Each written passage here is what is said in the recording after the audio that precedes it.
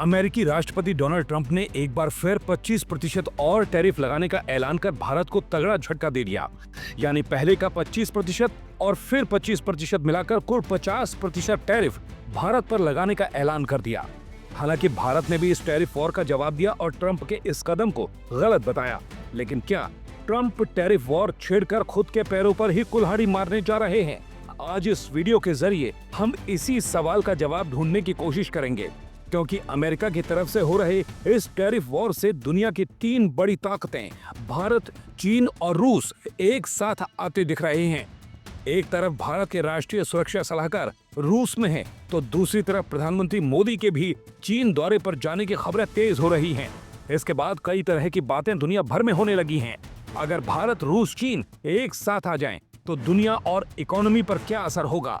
हालांकि अभी ये बहुत दूर की बात है, लेकिन अगर ऐसा हुआ तो फिर दुनिया का पावर बैलेंस बदल सकता है। अब तक अमेरिका और यूरोपीय देशों का दबदबा पूरी दुनिया पर रहा है।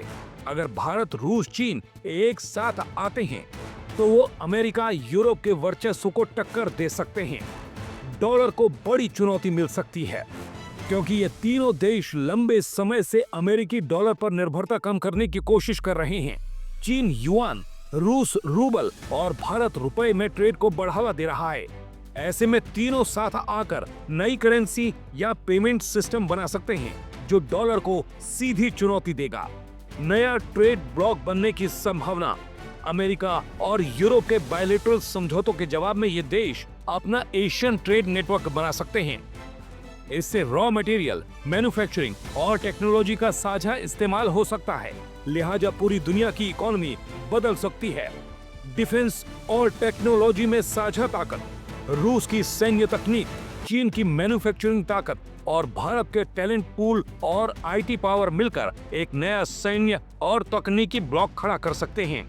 ये अमेरिका, नाटो के लिए एक काउंटर पोल बन जाएगा। छोटे देशों पर दबाव।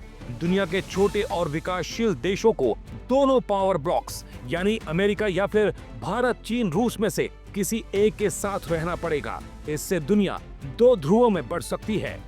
ग्लोबल सप्लाई चेन बदल जाएगी। पश्चिमी देशों की सप्लाई चेन पर निर्भरता घटेगी। चीन की फैक्ट्री, भारत की R&D और रूस की एनर्जी मिलकर एक वैकल्पिक ग्लोबल सप्लाई चेन बना सकते हैं। लेकिन क्या ये इतना आसान होगा? नहीं, क्योंकि भारत और चीन के बीच सीमा विवाद और आपसी अविश्वास अभी भी मौजूद है। रूस की पश्चिम के साथ जारी लड़ाई भारत को दुविधा में डालती है, क्योंकि भारत अमेरिका और यूरोप के साथ भी बिजनेस करता है। लेकिन अगर भारत, रूस और चीन सचमुच रणनीतिक साझेदार बनते हैं, तो इससे दुनिया की राजनीतिक और आर्थिक धुरी पश्चिम से पूर्व की ओर घूम सकती है।